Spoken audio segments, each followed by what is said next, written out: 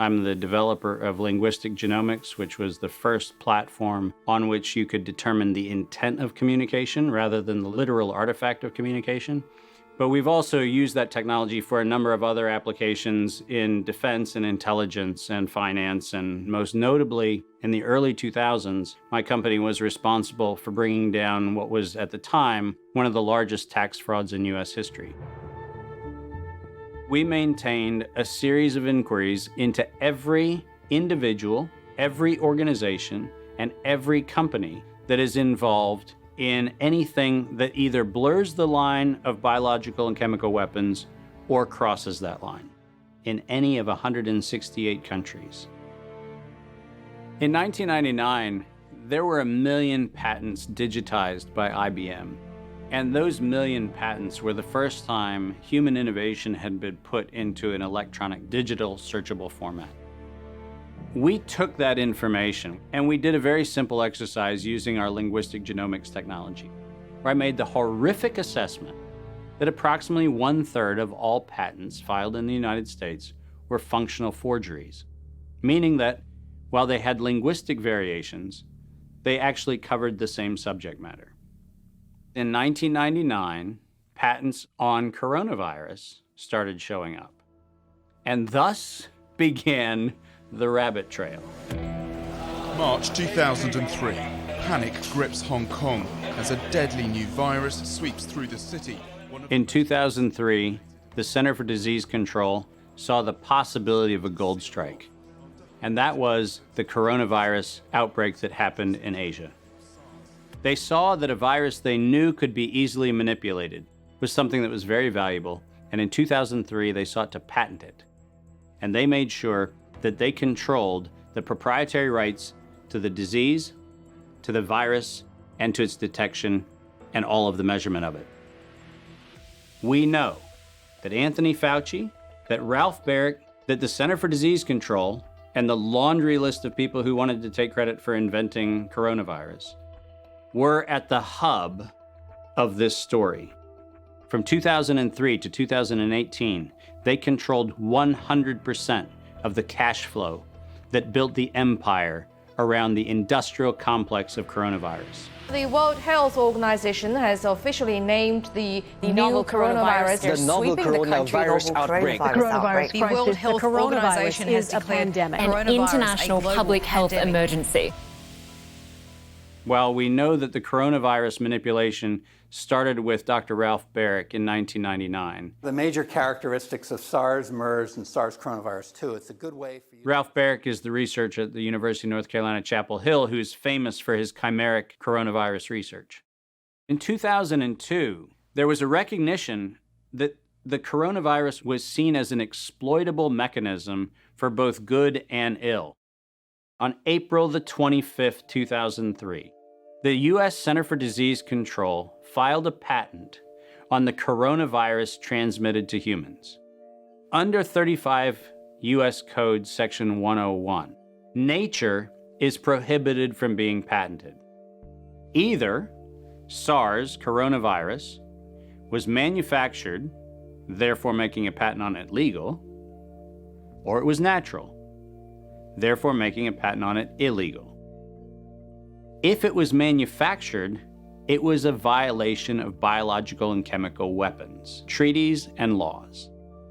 If it was natural, filing a patent on it was illegal. In either outcome, both are illegal. In the spring of 2007, the CDC filed a petition with the Patent Office to keep their application confidential and private. They actually filed patents on not only the virus, but they also filed patents on its detection and a kit to measure it. Because of that CDC patent, they had the ability to control who was authorized and who was not authorized to make independent inquiries into coronavirus. You cannot look at the virus, you cannot measure it, you cannot develop a test kit for it. And by ultimately receiving the patents that constrained anyone from using it, they had the means, they had the motive, and most of all, they had the monetary gain from turning coronavirus from a pathogen to profit. Developing and owning a coronavirus vaccine has become a biotech arms race with political overtones. This vaccine gold rush is starting to bother me. Gold rush. Let's keep that in mind. And so somewhere between 2012 and 2013, something happened. The federal funding for research that was feeding into places like Harvard, Emory, University of North Carolina, Chapel Hill, that funding suddenly became impaired by something that happened at the NIH, where the NIH got this little tiny moment of clarity and said, I think something we're doing is wrong. And in 2013, the NIH said, gain-of-function research on coronavirus should be suspended. The National Institutes of Health had a moral and social and potentially legal reason to object to research. But the letters that were sent to the researchers essentially said, you are receiving notice that we're telling you to stop. And now on the bottom of the page, we're going to clarify what stop means. Keep going. But when the heat gets hot in 2014 and 15, what do? You offshore the research. You fund the Wuhan Institute of Virology to do the stuff that sounds like it's getting a little edgy with respect to its morality and legality. But do you do it straight way? No. You run the money through a series of cover organizations to make it look like you're funding a U.S. operation, which then subcontracts with the Wuhan Institute of Virology. The U.S. could say, China did it. China could say, the U.S. did it. And the cool thing is, both of them are almost telling the truth. Where did the coronavirus come from? There is a new investigation into its origins. U.S. intelligence officials tell NBC News that they are examining whether the virus accidentally came from a Chinese lab. Chinese officials pushing back against that claim on Thursday, tweeting that it might be the U.S. Army who brought the epidemic to. Is he a benevolent hero or a malevolent opportunist? Bill Gates. Personally, I would love to believe that one of the richest men in the world is giving away his fortune for the betterment of humanity.